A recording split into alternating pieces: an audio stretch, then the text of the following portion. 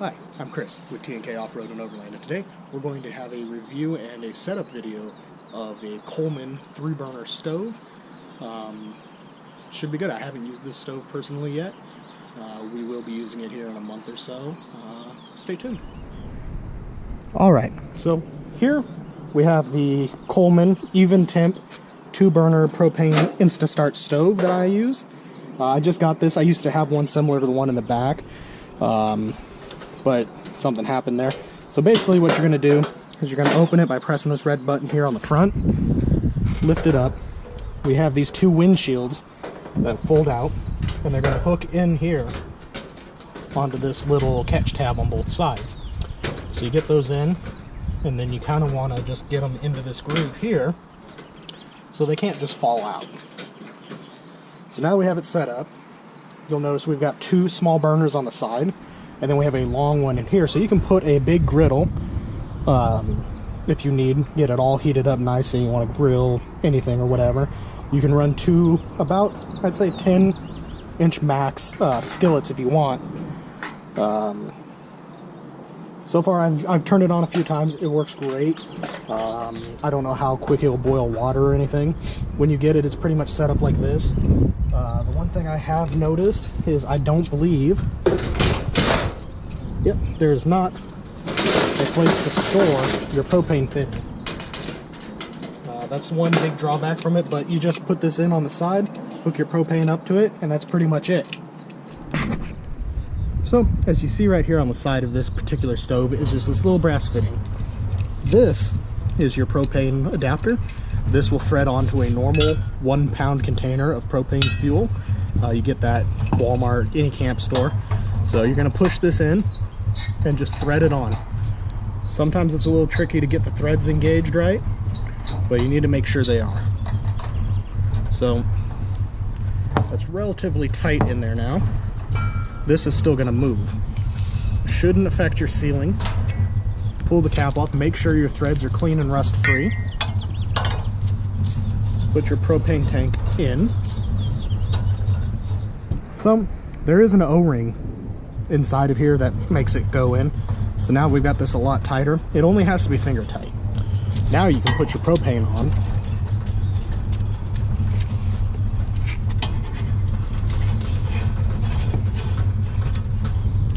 And then that will sit just like that. So that's how you hook up the propane to this particular style of a thing. This is, now looking at the front of this stove here, we've got 3 knobs and a push button. The red button here that says Insta-Start is your igniter. It's a little piezo. You probably can't see it, but there are little sparks that jump from these white things to the grill, just like a normal stove you have in your house. This is going to control this side, this is going to control this side. The little one here is going to control the center burner. So let's go ahead and get this on. You can probably hear the gas. Now, the left and the right burners are going. You may not be able to see the flames, but they are. So the knob,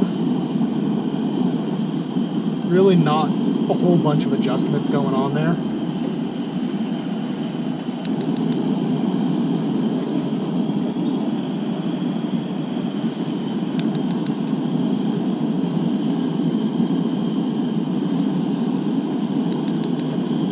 So let's turn this one off and turn this one off.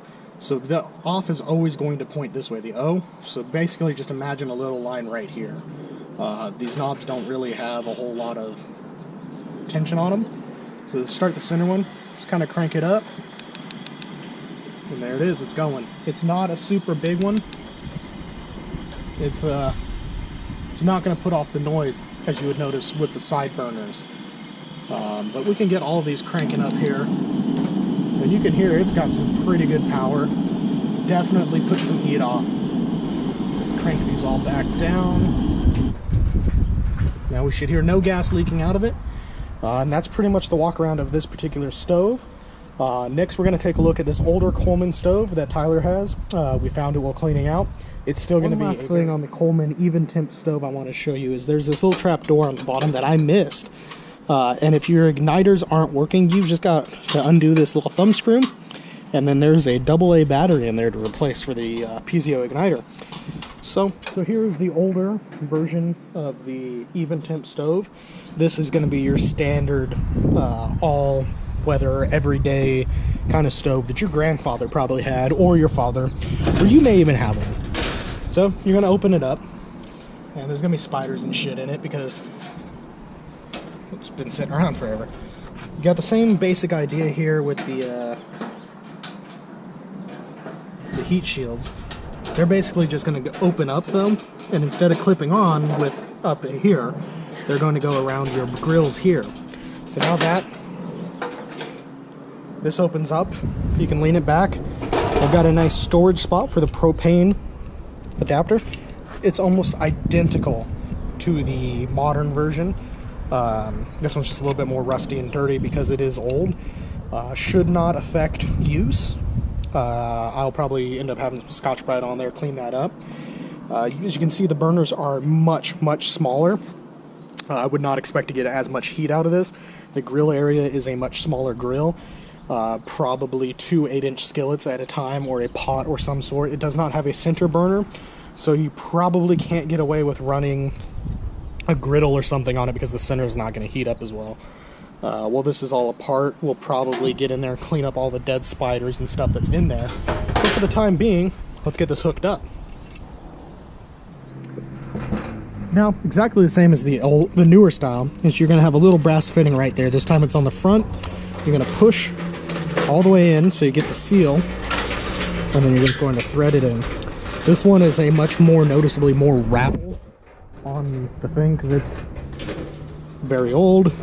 I guess back in the day, nobody really cared about their camping equipment being that good. So again, once that's in, get your propane bottle on, just thread it on.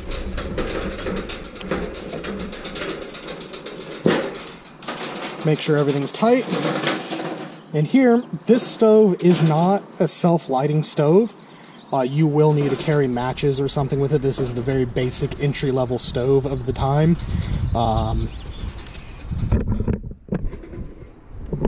As you can see up here, these holes are where the igniter would have been had this stove had an igniter. But nevertheless, the controls are going to be exactly the same. I'm confident they just put different knobs on the newer one. It's probably the same exact gas valves. You have your negative up here, and you have your positive up here.